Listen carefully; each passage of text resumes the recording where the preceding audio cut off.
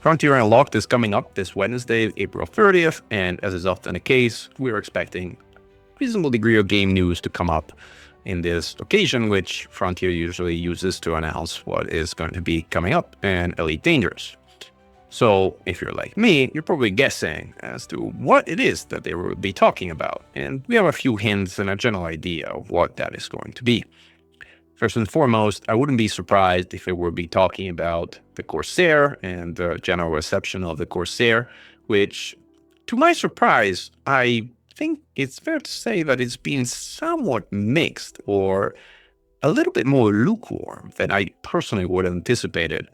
That is, as usual, colored by the fact that a lot of what I do in game is anti-Xeno combat, and for anti-Xeno combat, the Corsair is just the best ship there is right now, and in fact obsoletes the Panther Mark2 as the best anti-Xeno ship there is in the game overall.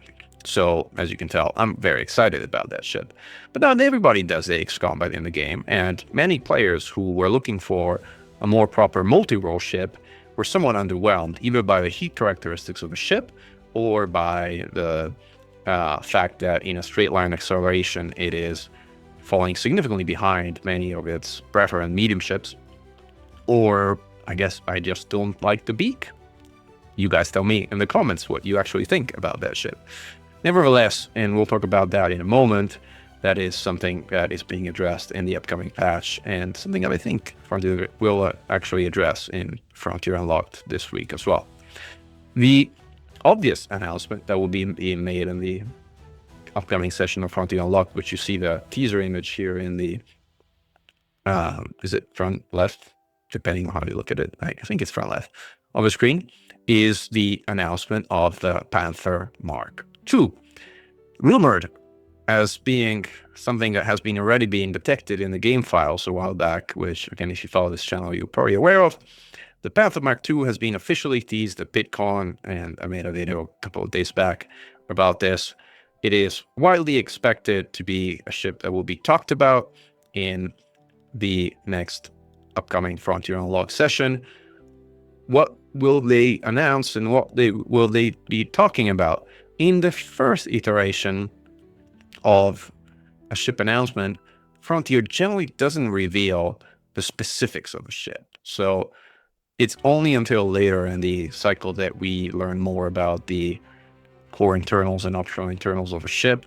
What we usually get in the initial announcement is more like a visual cue, this is what the ship looks like kind of thing, to generate some degree of excitement. And it is only in the following session of Frontier Unlocked that we learn more about the ship characteristics, which, by the way, again, for those who have been following more of the data mining aspect of the game, there are already some hints as to what the Panther Clipper was originally made to look at, but that data is old and it's very likely to be outdated, so I honestly don't think it's particularly worth mentioning. So stay tuned, we'll see what Frontier says with regards to the Panther Mark 2. I think the obvious question that pretty much everybody has right now is how much cargo can it haul?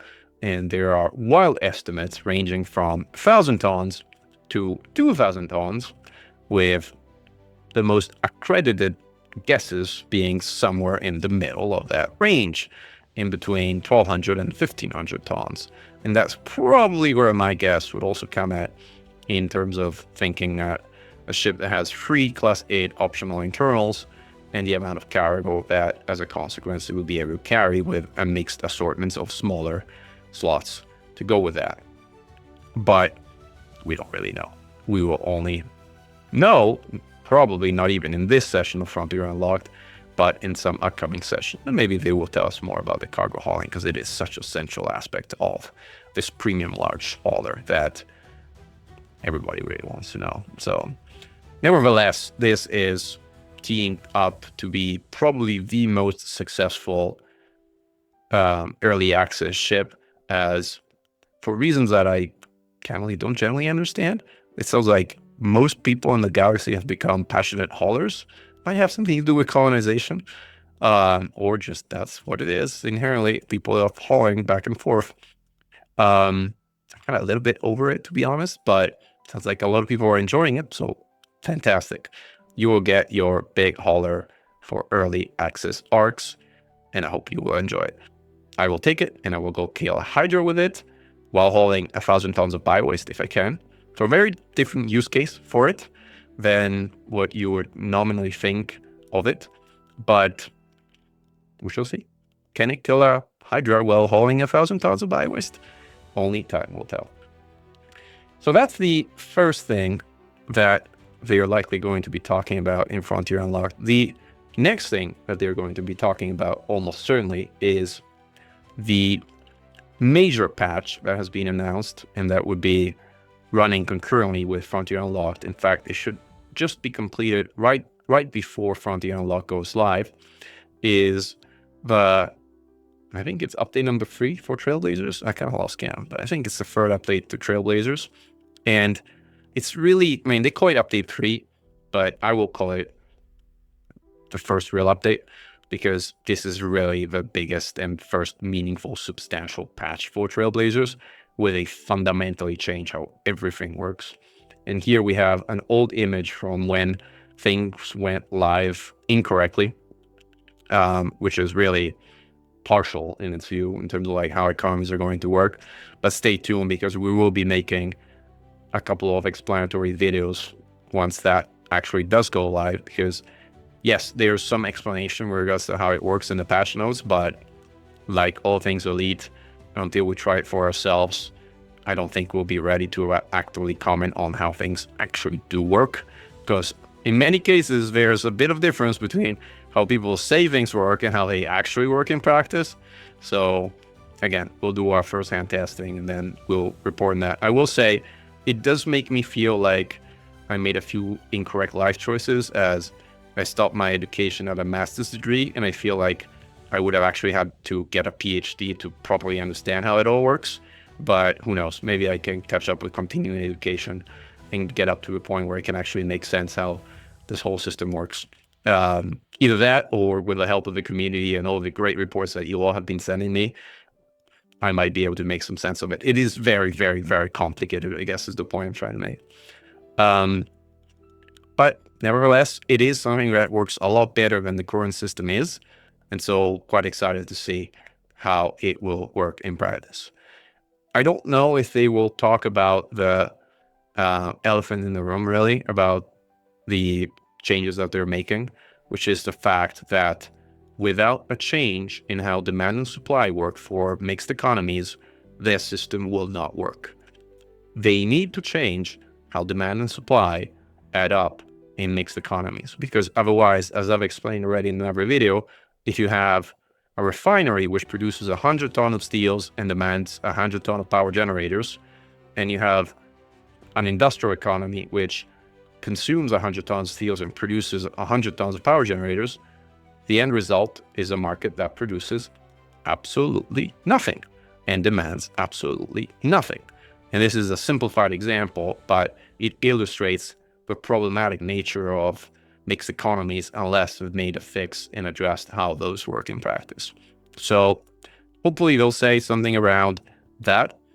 And by that point, I think we'll be able to actually see it in practice. So we might be able to kind of see firsthand whether we fixed it or not. But it is something that needs fixing. Otherwise, whatever patch they did will simply kind of not work in practice. I don't know if it will mention any work in progress on Vanguards,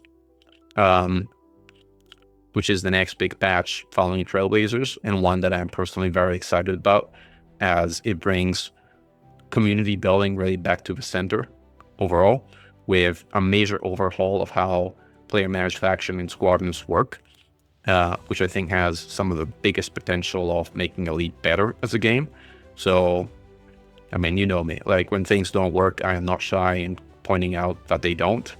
And when I think things aren't necessarily exciting, like for the case of Powerplay 2.0 in terms of like overhauling mechanics, I'm also not shy in mentioning that.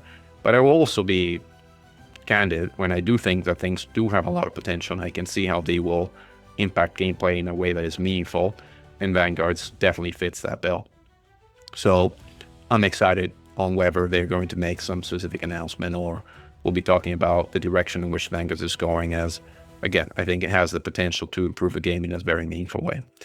So those are my guesses, but maybe they might be as good as yours. So would love to see what your guess is, or what Front Development is going to be talking about in Frontier Unlocked, and then she'll see what they actually decide to reveal. So with that, going to Mankind, going to Mechan, over and out.